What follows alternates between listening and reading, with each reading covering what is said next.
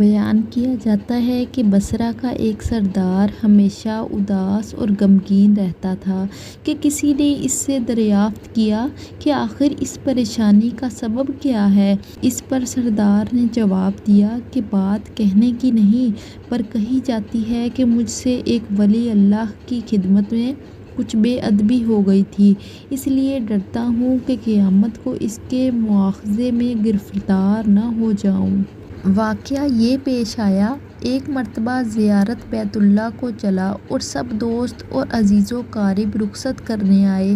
حسبِ دستور کچھ دور چل کر میں نے سب کو لوٹا دیا، مگر ایک شخص زید جو میرے خاص میں سے تھا واپس نہ ہوا اور اس نے میرا پیچھا نہ چھوڑا۔ مجبور ہو کر میں نے اس کو جھڑک دیا کہ بیت اللہ کو جانا بھی کوئی آسان سمجھا ہے جو میرے پیچھے پیچھے چلے آ رہے ہو۔ میرے پیچھے پیچھے نہ آؤ اور میرے ساتھ نہ چلو، اور جس راستے سے تیرا جی چاہے چلا جا۔ کہنے لگا، اے آقا، کیا خدا اس پر قادر نہیں کہ تم کو آزاد راہ جلد پہنچا دے اور مجھ کو بے یار و مددگار چھوڑ دے؟ یہ کہہ کر اس نے اپنی راہ لی اور میں اپنے راستے سے چلتا بنا۔ راستے بھر کہیں وہ مجھ کو نظر نہ آیا، واللہ عالم کہاں پوشیدہ ہو گیا۔ جب خدا کے فضل سے مناسک حج سے فارغ ہو کر میں مدینہ طیبہ کو چلا تو کیا دیکھتا ہوں کہ زید آ گیا اور سلام کہہ کر میرے پاس بیٹھ گیا۔ میں نے حیرت سے پوچھا کہ حج کر آیا؟ کہا ہاں۔ پھر میں نے طنزیہ کہا، حج کی سند بھی ملی؟ تو کہنے لگا، کیسی سند؟ وہ کس کام آتی ہے؟ میں نے کہا، حج کرنے والے کو بیت اللہ میں غیب سے چٹھی آتی ہے جس میں لکھا ہوتا ہے فلاں بن فلاں حج کو آیا تھا اور اس کا حج قبول ہو گیا۔ پھر اس سند کے ذریعے قبر اور حشر کے عذاب سے نجات ہوتی ہے۔ یہ سن کر زید روتا چلاتا بیت اللہ کو واپس چلا گیا۔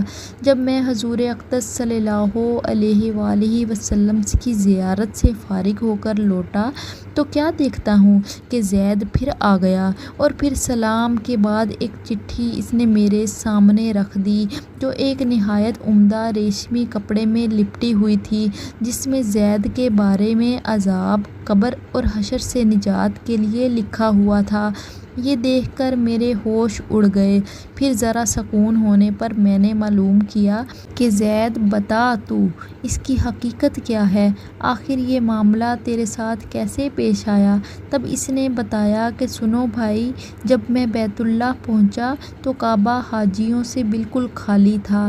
اس وقت میں نے گڑ گڑا کر زار و قطار رونا اور چلانا شروع کر دیا کہ اے مالک دو جہاں، کیا غریب گنہگار کا حج بھی قابل قبول نہیں جو مجھ کو حج کی سند نہ ملی؟ کیا غریبوں کا کعبہ اور صاحب کعبہ اور ہے جو وہاں سے جا کر سند لاؤں؟ مجھ کو قسم ہے تیرے عزت و جلال کی، جب تک چٹھی نہ پاؤں گا کعبے سے باہر نہ جاؤں گا اور روتے روتے یہی مر جاؤں گا۔ اچانک غیب سے آواز آئی کہ اے زید، نجات کی چٹھی لے جا اور اپنی راہ لے۔ پھر یہ چٹھی میرے ہاتھ میں آ گئی، اس کو لے کر میں چلا آیا۔ یہ سن کر میری حیرت کی انتہا نہ رہی کہ اللہ اکبر، اس شخص کا یہ اعلیٰ مرتبہ ہے جس سے میں آج تک واقف نہ تھا۔ پھر عزت و احترام کے ساتھ میں اسے اپنے ساتھ بصرہ لے آیا اور وہ چٹھی نہایت احترام و تعظیم کے ساتھ ایک صندوق میں بند کر دی۔ جب کبھی جی چاہتا تو انتہائی ادب و احترام سے نکال کر اس کی زیارت کر لیتا، چومتا اور آنکھوں سے لگاتا تھا اور پھر محفوظ کر دیتا۔ اتفاقاً میں کہیں سفر میں تھا کہ میرے پیچھے زید کا وصال ہو گیا۔ جب میں واپس آیا تو اس خبر سے میرے رنج و قلق کی انتہا نہ رہی کہ افسوس میں ایسے ولی کی تدفین میں شامل نہ ہو سکا۔ پھر اچانک مجھے وہ چٹھی یاد آئی جو میرے صندوق میں محفوظ تھی۔ اب تو میں اور بھی بے تاب ہو گیا اور اپنے اوپر افسوس کرنے لگا کہ سفر کو جاتے وقت میں نے وہ چٹھی زید کو کیوں نہ دی۔ پھر اپنا مہر شدہ صندوق منگا کر دیکھا تو اس طرح بامہر بند تھا۔